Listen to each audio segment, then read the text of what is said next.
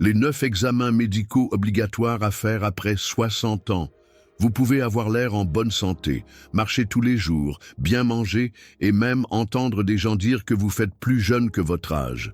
Mais ce que presque personne ne vous dit, c'est que, malgré tout cela, vous pourriez être malade à l'intérieur, en silence, sans douleur, sans avertissement. Certaines maladies ne font pas de bruit. Elles avancent lentement, cachées, comme une fissure dans les fondations d'une maison. Et lorsque les premiers symptômes apparaissent, il est déjà trop tard. Le plus inquiétant, c'est que cela arrive à des milliers de personnes de plus de 60 ans chaque jour. Des gens qui découvrent un problème grave seulement après avoir perdu leur autonomie, leur énergie et parfois leur dignité. La vérité est simple. La plupart des personnes âgées ne découvrent une maladie qu'une fois qu'il est trop tard pour la soigner. Pas parce qu'elles sont négligentes, mais parce qu'elles ont trop cru à cette idée. Si ça ne fait pas mal, c'est que tout va bien. C'est pourquoi, dans cette vidéo, je vais vous montrer les 9 examens médicaux que tous les hommes et toutes les femmes de plus de 60 ans devraient faire régulièrement. Des examens simples, mais qui peuvent vous sauver la vie, préserver votre santé et garantir votre liberté en vieillissant. Parce que personne ne veut dépendre de ses enfants, d'aides soignants ou de médicaments pour vivre avec dignité. Comme le dit la parole dans les Proverbes, l'homme prudent voit le mal et se cache, mais les simples avancent et en subissent les conséquences. Alors dites-moi, de quelle ville me regardez-vous? Et écrivez en commentaire. Ma santé est une priorité, le danger des symptômes invisibles.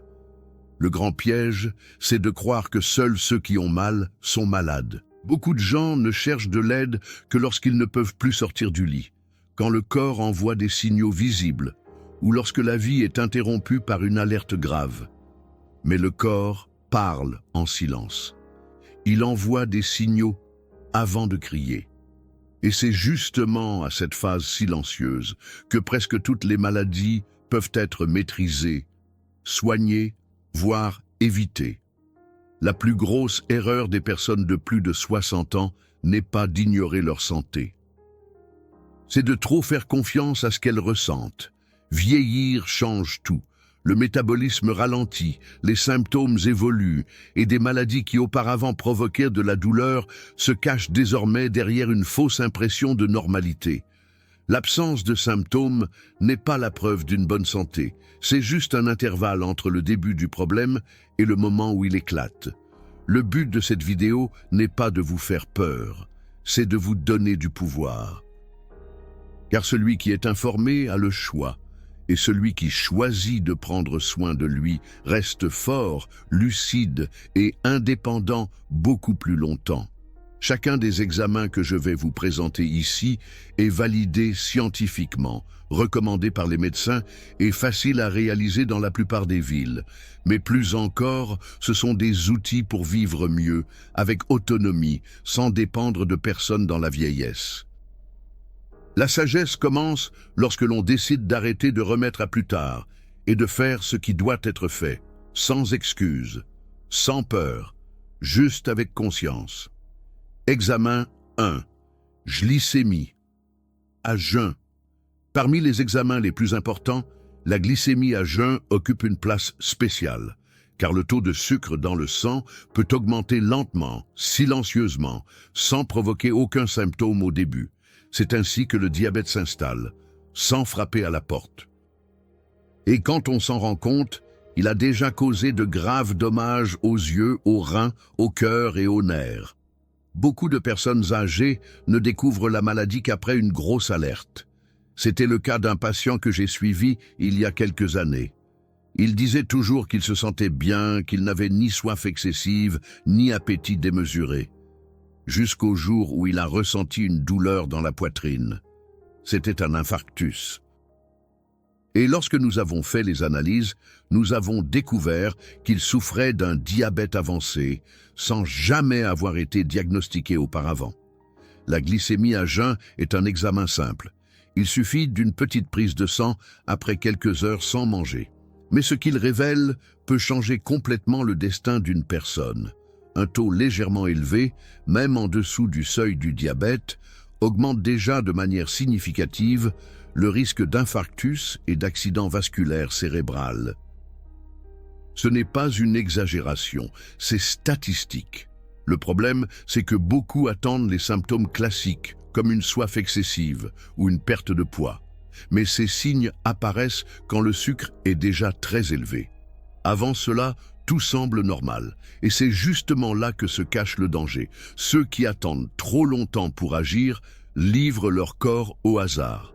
Et la santé, à la différence du hasard, exige des décisions. Prendre soin de sa glycémie, c'est bien plus qu'un simple contrôle sanguin. C'est une protection contre des complications qui volent votre qualité de vie, votre énergie et votre temps.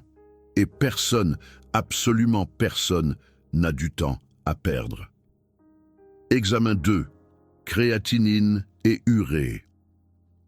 Le cœur attire souvent toute l'attention, mais il existe 2 organes silencieux qui travaillent jour et nuit, sans relâche, à filtrer le sang et éliminer les toxines, les reins.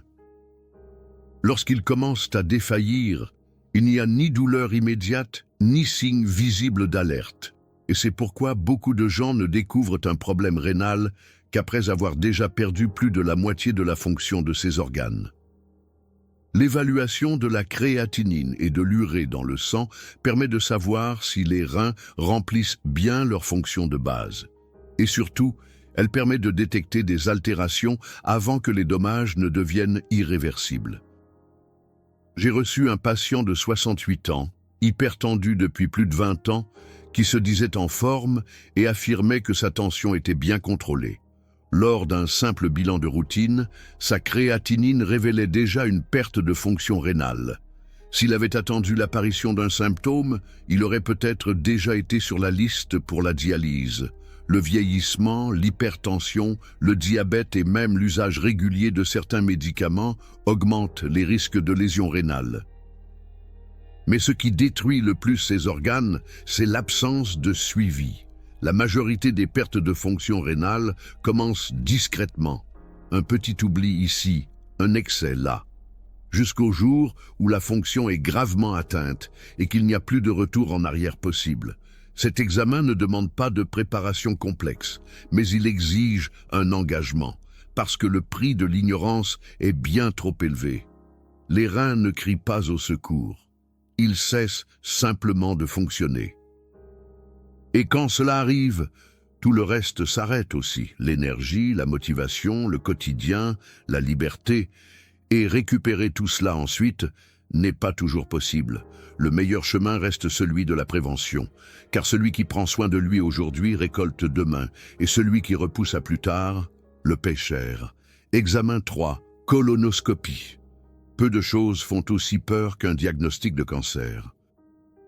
Mais ce que beaucoup ignorent, c'est que, dans le cas du côlon, il existe une fenêtre précieuse entre le début du problème et l'apparition des symptômes. La coloscopie est l'examen qui permet de voir clairement à travers cette fenêtre, de repérer des anomalies précoces et bien souvent de régler le problème sur place, avant qu'il ne prenne de l'ampleur. Je me souviens d'un patient qui a hésité pendant des années à faire une coloscopie. Il avait honte, disait que c'était gênant, qu'il ne ressentait aucun malaise. Lorsqu'il a enfin accepté de faire l'examen, nous avons découvert un polype déjà en train de se transformer en tumeur maligne. Heureusement, il était encore temps. Ce qui aurait pu devenir un cancer agressif a été retiré immédiatement pendant le même acte. Le cancer du côlon est l'un des plus meurtriers en France et dans le monde. Et justement parce qu'il évolue en silence, il progresse chez ceux qui ne passent pas d'examen régulier. La coloscopie permet de détecter des lésions encore au stade initial, qui ne nécessitent parfois même pas de chirurgie, juste une surveillance. Mais pour cela, il faut dépasser la peur, les tabous et l'idée que mieux vaut ne pas savoir. L'examen en lui-même est sûr, rapide et réalisé sous sédation. Il n'y a pas de douleur, il y a de la prévention, il y a du soin, il y a de la lucidité. Celui qui aime sa vie et respecte le temps qu'il lui reste choisit de savoir, et celui qui choisit de savoir choisit de vivre. Aussi inconfortable que cela puisse paraître, l'inconfort d'un examen ne sera jamais plus grand que la douleur d'un diagnostic tardif. Mieux vaut prévenir avec clairvoyance que regretter avec amertume. Choisissez la sagesse, choisissez de prendre soin de vous. Examen 4, PSA pour les hommes et mammographie pour les femmes. Parmi les examens qui sauvent le plus de vies, il y a ceux qui détectent les cancers les plus fréquents après 60 ans. Pour les hommes, le PSA. Pour les femmes, la mammographie. Tous deux visent à identifier précocement des anomalies de la prostate et des seins, respectivement. Et le point commun entre ces deux examens, c'est le silence. Silence du corps, qui n'avertit pas. Silence des symptômes, qui n'apparaissent pas au début. Et bien souvent, silence des familles, qui ne réagissent que lorsqu'il est trop tard. J'ai suivi des patients sans aucun antécédent familial. Des femmes qui disaient « Dans ma famille, personne n'a eu de cancer du sein ». Des hommes qui affirmaient « Je n'ai jamais eu mal à la prostate ». Mais une fois les examens réalisés, nous avons détecté des anomalies sérieuses. Car le cancer, quand il arrive, ne respecte ni hérédité, ni habitude, ni absence de douleur. Il se développe en secret, jusqu'au jour où tout bascule. Le PSA se réalise avec une simple prise de sang, la mammographie, avec des images précises du sein. Les deux examens sont rapides, les deux sont accessibles, les deux peuvent stopper un processus silencieux qui, s'il n'est pas détecté à temps, vous enlèvera bien plus que votre santé. Ce qui rend malade, bien souvent, ce n'est pas la maladie elle-même, c'est la peur de savoir, l'orgueil de ne pas chercher, la gêne de parler de son corps, mais il n'y a aucune dignité à cacher ce qui doit être soigné. Prendre soin de soi, c'est un acte de courage. Et examiner ce qui semble aller bien, c'est l'attitude de celui qui ne veut pas seulement vivre plus longtemps, mais vivre avec lucidité et plénitude. Car vivre en paix commence quand on affronte ce qui doit l'être. Sans repousser, sans ignorer, sans fuir, simplement avec maturité et détermination. Examen 5. Profil lipidique, cholestérol et triglycérides. Il est facile de croire que tout va bien avec le cœur lorsqu'on ne ressent ni douleur thoracique ni essoufflement, mais les véritables ennemis du cœur sont silencieux, et parmi eux, le plus courant est le cholestérol mal contrôlé. Lorsque le taux de graisse dans le sang dépasse la limite, elle commence à s'accumuler dans les artères, comme de la rouille obstruant un tuyau. Au début, il n'y a aucun signe, aucune douleur, juste un encrassement lent et progressif jusqu'au jour où le sang cesse de circuler. J'ai vu de nombreux patients qui mangeaient sainement, faisaient des promenades et pourtant avaient un taux de cholestérol trop élevé, parce que les habitudes actuelles ne corrigent pas toujours les excès du passé.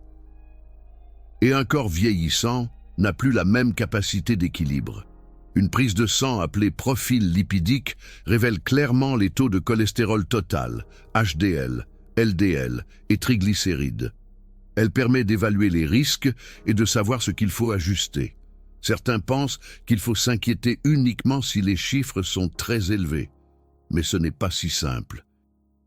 Pour une personne ayant des antécédents d'infarctus dans la famille, une valeur apparemment normale peut représenter un grand risque. Chaque organisme a sa propre limite, et seul un suivi régulier permet de savoir ce qui est acceptable ou non pour soi-même. Surveiller son cholestérol, c'est protéger ses artères, son cerveau et son cœur. C'est éviter la surprise d'un AVC, d'un infarctus ou d'une hospitalisation d'urgence. Une personne avisée n'attend pas l'alerte, elle agit en amont.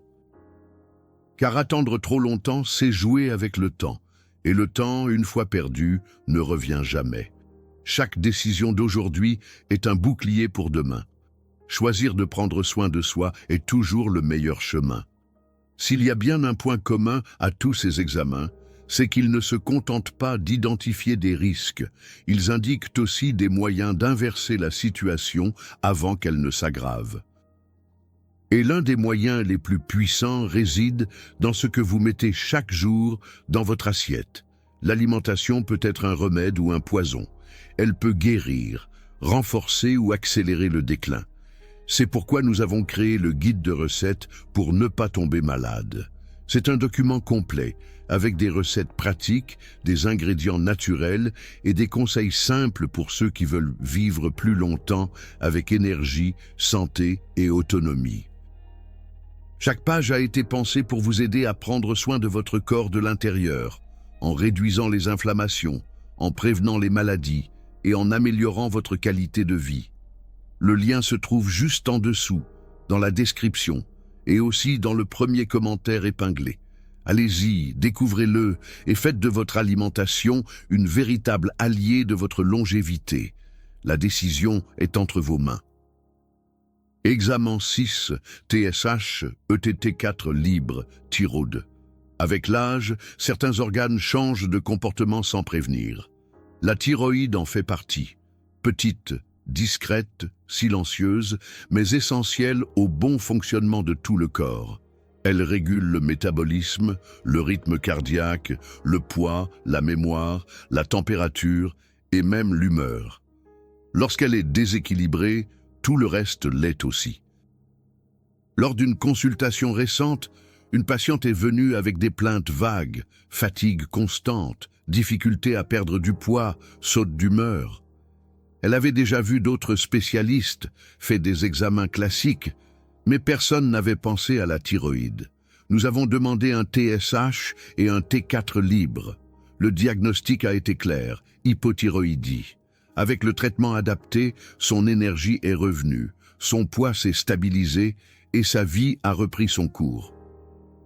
Le problème, c'est que les symptômes de dysfonctionnement thyroïdien sont souvent confondus avec les signes normaux du vieillissement.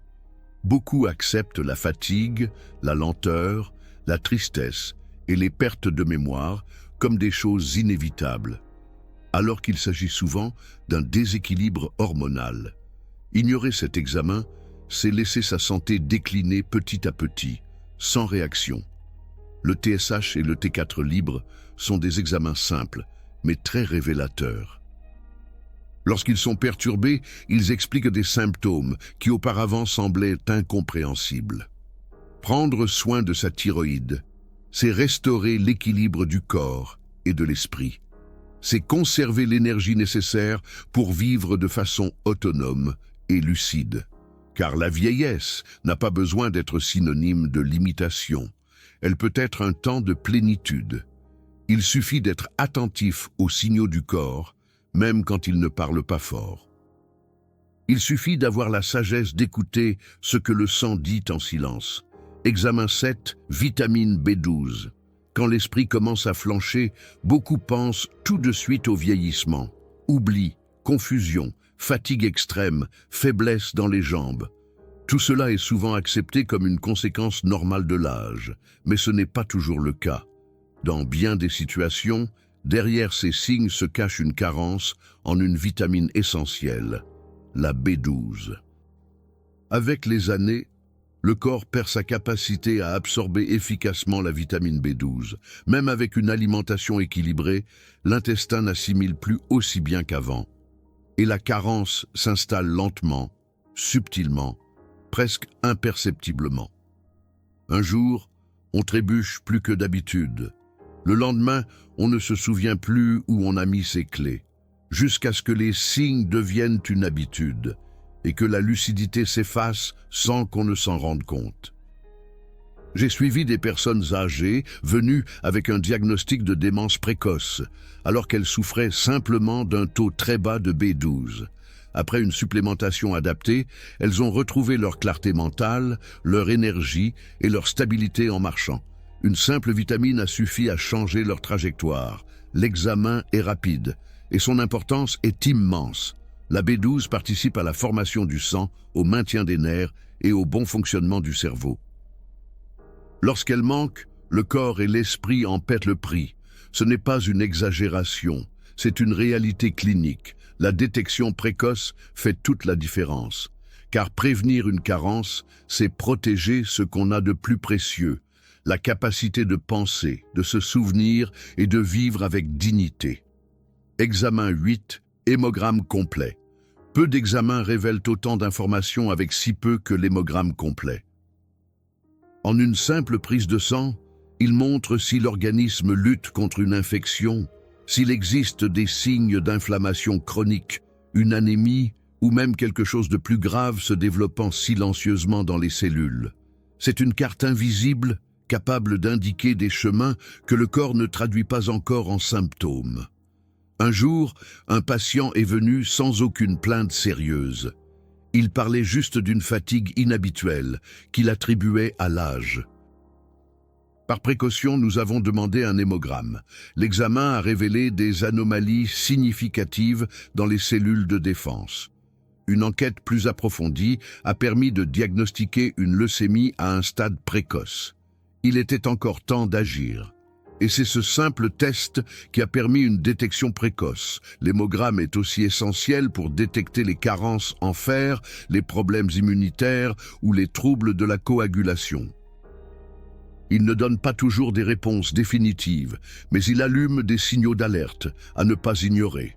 Parfois, une légère anomalie dans les chiffres suffit à indiquer qu'il y a un problème. Ignorer l'hémogramme, c'est comme conduire les yeux fermés. On peut avoir l'impression que tout va bien, mais le risque d'accident augmente à chaque kilomètre. C'est un examen de base, mais rempli de sagesse. Et la sagesse, comme le disait le philosophe Sénèque, c'est de prévoir les dangers. Le corps parle d'abord dans le sang. Celui qui écoute a plus de chances d'écrire une histoire longue, lucide et pleine de vie. Examen 9. Analyse d'urine. Parmi les examens les plus connus, celui de l'urine est souvent sous-estimé. Beaucoup le considèrent comme trop simple pour être important. Pourtant, cet examen peut révéler ce qui est encore caché. Il peut détecter des infections silencieuses, des signes précoces de souffrance rénale, ou encore la présence de sang, de protéines ou de glucose bien avant tout symptôme. J'ai déjà découvert, grâce à une simple analyse d'urine, des signes de maladie nécessitant un traitement immédiat. Dans un cas, un patient sans aucune plainte présentait une grande quantité de protéines dans son urine. C'était le premier signe d'une néphropathie, confirmée par les examens suivants. Et c'est grâce à ce résultat que nous avons pu éviter une aggravation irréversible. Le corps élimine des signes dans l'urine avant toute douleur. Quand l'urine mousse, il est déjà trop tard pour prévenir. Quand il y a du sang visible, le problème s'est déjà aggravé. L'analyse, quant à elle, est discrète, rapide, peu coûteuse et largement accessible. Et pourtant, c'est l'un des examens les plus négligés. Faire cette analyse régulièrement est un geste simple, mais puissant. C'est l'occasion de voir ce que les yeux ne voient pas, d'entendre ce que le corps tente de dire en silence. Il ne s'agit pas d'exagération, il s'agit de responsabilité. Et la responsabilité envers sa propre santé est l'un des plus grands actes d'amour que l'on puisse avoir pour soi-même et pour ceux qui nous entourent. Car bien vivre, c'est aussi veiller à ne pas tomber malade. Lorsque nous parlons de vieillir avec dignité, il ne s'agit pas seulement de vivre plus longtemps, mais de vivre mieux, avec lucidité, autonomie, énergie et paix. Ces 9 examens ne sont pas de simples recommandations. Ce sont des invitations à la responsabilité, des outils simples pour ceux qui choisissent de prendre soin de leur propre histoire avant qu'elle ne soit interrompue par quelque chose qui aurait pu être évité. La parole nous enseigne que la sagesse crie dans les rues, mais que peu l'écoutent. Seuls ceux qui sont prêts à s'arrêter, réfléchir et changer de route avant l'abîme l'entendent. Si vous êtes arrivé jusqu'ici, c'est que vous avez choisi d'écouter. Et cela vous place déjà à un pas en avant de la majorité. Dites-moi maintenant, lequel de ces examens n'avez-vous pas encore fait cette année? Écrivez-le en commentaire. Votre message peut rappeler à quelqu'un d'autre de prendre soin de sa santé aussi. Et n'oubliez pas notre guide de recettes pour ne pas tomber malade. Le lien est dans la description et aussi dans le premier commentaire épinglé. Des décisions simples peuvent transformer votre avenir.